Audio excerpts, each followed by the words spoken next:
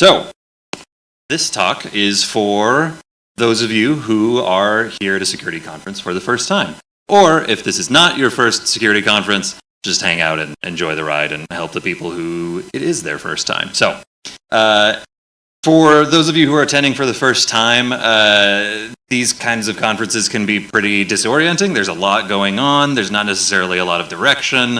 If you're just walking around and you might not know exactly how to, go participate and what you're supposed to do. But first things first, how many people, this is their first security conference? Hey! Well, first things first, welcome. We're very excited to have you. This is a really great community. It's coming to security conferences is one of my favorite things to do. There's so much interactive content. The people here are very passionate about what we're doing, and we're really excited to just interact with you as well. And it's a great way to learn. It's a great way to get involved, and it's just an all-around good time. So who am I? My name is Bryson Loughmiller. I started my career at Adobe, was there for a few years as a security analyst and engineer. Then I moved over to a company called Podium and helped to start their security team, managed that for a few years, and then now I am the principal security architect at a company called Entrata in Lehigh. So, in addition, I've been involved with BSides for several years. I've helped run CFP and on the organizing committee for a few years, so I'm pretty familiar with BSides itself. Okay, so what is in a con? What is it that you're actually going to be looking for here? So usually you've got talks, like the one you're attending. Well done. You have attended content. We've got trainings and workshops. There are communities all over the place where there's focused communities on various things like CTFs, the keep, soldering, circuit assembly, all sorts of fun stuff. And then generally, one of the most important things that I feel like gets overlooked is just the people at this conference. There are so many industry experts here, as well as new folks who are here for the first time and just wanting to break into security. And both of those groups are great community to make. So, okay, so if you haven't already noticed this, BSidesSLC.org is going to be your best friend for the con. It has the event schedule portal and has all of the events going on, as well as the maps for the venue in terms of where to go. So this is the main hall. There's another building. If you haven't been there already, you go out these doors, and just to the left, there's another conference hall over there, as well as the CTF community. If you head back outside and up the stairs, we have additional communities on the second floor, so be sure to check out those maps as well as the event schedule, because it tells you exactly where everything is. If you haven't already, would highly recommend joining us on Discord. So this is not a malicious QR code. This is the link to join the Discord. We've got a whole bunch of different discussions in the various communities in Discord. You can hop in and chat with folks working on the CTF, folks working on circuitry, people who are working on the badge, any general questions. So highly recommend hopping into the Discord and poking around there. Okay, so we're going to just kind of talk through some of these different kinds of content at a conference and some general thoughts on what you should do. Now, given that it is already the day of, it's a little tough here, but a wise person once said, if you wait until the last minute, it only takes a minute to do. And so one of the things that you can do here is I would recommend looking at the full schedule, plan around your interests, and add each of the individual talks and content that you want to go check out to your personal calendar so that it's just already there. Once you're at a conference or once you're at a talk, definitely take notes while you're there. Have a notes app. Any interesting technologies, I really like writing down, like somebody talks about a cool open source tool on GitHub. I want to go and check it out later. I'm going to go write down that technology. Any particular applicable insights that you find, I would highly recommend writing those down and going and exploring them later. All of this content will be back on YouTube later on the BSidesSLC channel on YouTube. And so you don't have to worry about getting every single bit of content that's being discussed, but just those key highlights. Make sure you're taking notes on those. Would recommend. Trainings and workshops. they mostly happened yesterday. So you might need a time machine to attend the B-Sides trainings and workshops, or just come next year. But we do have the ACER AppSec interview with Florian Noting. I don't know actually how to pronounce his last name. I apologize, Florian. Who's the principal security architect over at Adobe. And if you're looking to break into security and get a job, then this is an excellent opportunity to go and review your resume, how to actually conduct that interview, and yeah, he'd be a great one to go chat with. So good training on that side. But as far as next year, this is typically how we do things at B-Sides. Is there's a day of trainings and workshops, and then a day of largely talks. So if you're coming back next year, make sure to attend the training day. Okay, communities. So communities are one of my favorite personal parts about general security conferences. One of my favorites is the CTF, the Capture the Flag events. So this is, again, in the other building, up the stairs, and this, I gotta get my directions, southeast corner of the building is where the CTF community is happening. So a CTF within security is usually a series of puzzles associated with security, and you're trying to find a flag value of some sort. So usually they look something like this. It's marked with a flag and brackets, and then you submit those flags for points, and you compete against the other people playing the CTF. So usually you have cryptography and steganography challenges. We've got some application security challenges where you actually get to go in and try and break into an application and extract a flag. We have OSINT challenges, reverse engineering, trivia, all sorts of different types of things. So CTFs are a fantastic way to go get hands-on with practical exercises, as well as to just unravel some puzzles, learn some new things, meet some cool people. Would highly recommend checking out the CTF if you've never done a CTF before, and we've got a great one this year with a lot of great content. Some tips on how to solve a CTF if you've never been to one. Google is your best friend. Make sure that you are checking on Google, looking, Googling all of the little pieces within the actual description or hint. There's a lot of different potential ways that can help. So make sure that you're using Google while trying to solve a CTF challenge. Read the description, read it again. Usually the description of the challenge is going to have some hints that will help you and point you in the right direction of how to actually solve the challenge. And then work with others. CTFs, a lot of the times there's teams, but also lots of people are willing to help out with understanding how the challenges work. We're all kind of here to learn, right? So, and then take notes on your challenges. You're working through it. Make sure you step away if you've been,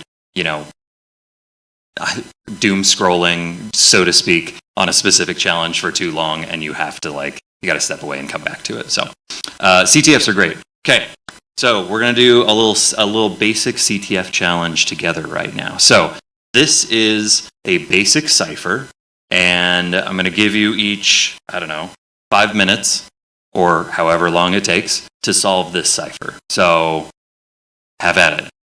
I'm going to drink some water.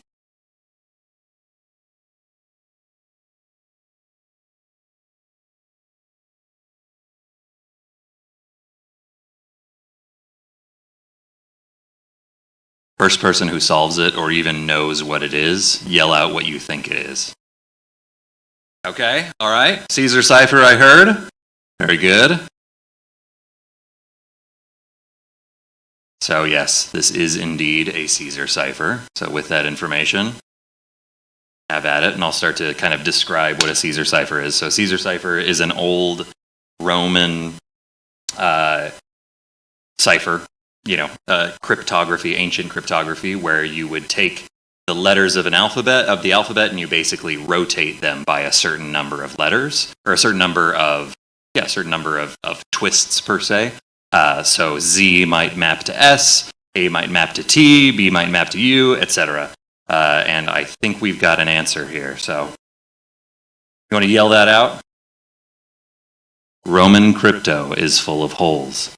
And that's exactly right. So this is a ROT 13. Oftentimes when we talk about Caesar ciphers, ROT 13, just right in the middle of the alphabet, is a very common one. Flip it halfway around. And there it is. So we take every single one of those letters, rotate the whole alphabet 13, I don't know, notches. Then that's what we get. Roman crypto is full of holes. So this is a very common type of CTF challenge that you might see. And then it might look something like this with the flag, and you go submit that in the portal, and you get some points. So ctf.bsidesslc.org is where you can go to sign up for the CTF itself, and the CTF community is in the other building. So highly recommend going and checking that out. We have another community called The Keep. So Nightblood, Zach Lohr, has put this one together, and it's very cool, especially if you are brand new to security. Essentially, what Nightblood has built here is a video game that teaches you how to hack effectively. So you log in. They've built this entire gaming system, where you walk around and enter dungeons and fight bosses, but the actual boss fights themselves are exploits that you're running. So you open up a Kali Linux VM and you run a handful of exploits against a vulnerable system, and that is how you actually defeat the boss. It's very, very fun. You've got people there all around helping everyone who's there to actually run an exploit. If you've never done that before, how do you open Kali? How do you run something like Metasploit? How do you actually run Nmap? All of these different things. Usually, if you're struggling, someone for 5 minutes, somebody will come over and help you out, and it's just a very fun gamified way to learn a handful of these security principles and hack your first system in video game form. So would highly recommend checking out The Keep. That one is in the back of this building, upstairs and to the right, so to the south. So would highly recommend checking that one out in 224 and 220. We got the circuit assembly community. So if you've never soldered anything before, or if you're interested in playing around with the badge that you got, again, that is upstairs and I believe, to the left. So circuit assembly community, if you've never done any soldering and you want to learn how to do some basic soldering, put your mini badges together, learn about circuitry, great community to go check out as well. Okay, and then finally, again, one of the most important things about a security conference is the community, the people that are here. And now I know, because I am one of these, that the majority of us are probably introverts, right? And this is largely how I feel when coming to a large group of people, is wanting to avoid as much as possible, right? The old Ron Swanson, flip around in the chair, avoid as much as you can. So while it might be tempting to go stand in the corner and scroll Reddit, I would highly recommend running around and talking to all of the different people at this community, because there's so much you can learn from the industry professionals who are here, from the people who are just getting into the community itself, from the organizers, from the speakers. At the talks, I would highly recommend going and finding the speakers after the fact and talking to them about their presentation. They would love that, and you will get to meet someone in the industry and learn a whole bunch. If you have questions, no question is a dumb question. Even if you're brand new to the industry, we're all very excited that new people are getting into security. So come chat with people in the hallways, chat with everyone you can. This is one of the most important opportunities at a conference like this. So be sure to chat with people, even if this is the initial gut reaction. Okay, quick snippet. Code of conduct. This is on the B-Sides website. Essentially, just don't be stupid. Don't be mean. Don't be a jerk. It's just be nice. Is effectively the code of conduct. Just don't harass people. These things should be fairly common sense. But just be nice. We're all having a good time. There's no reason to harass anyone or any of those things. But yeah, worth a review. But effectively, the sentiment is just be excellent to each other. A few more basic tips. Don't get overwhelmed. There's a lot of content. You're not going to be able to see all of it. That's just how it is. Don't stress about not being able to get to every single talk or training or community that you want. Just go around and hit a few and make the most of it. Don't forget about the hallway track, as they call it, which is effectively what I said before. spend time chatting with folks in the hallways, meet new people, have conversations, join the community, and drink water. And energy drinks do not count as water, so make sure to stay hydrated. Yes. And then last thing, quick shout out for SaintCon. This is in October. It's a much larger conference than this, multi-day, and a lot of the same folks who are here put this on as well. And great, fantastic conference with a lot more content, a lot more communities, a lot more events, tons of great hands-on opportunities. So if you come to B-Sides today and you have a good time, absolutely, I would highly recommend going and checking out SaintCon. You would have a great time there. So in October, but and I think that's it. Last of all, just have fun, have a good time. This is a great community. This is a great time. So feel free to come chat with me. I've got another talk in a few minutes here. But anyone else who, chat with anyone else around you if you're a first timer. So anyway, welcome to B-Sides.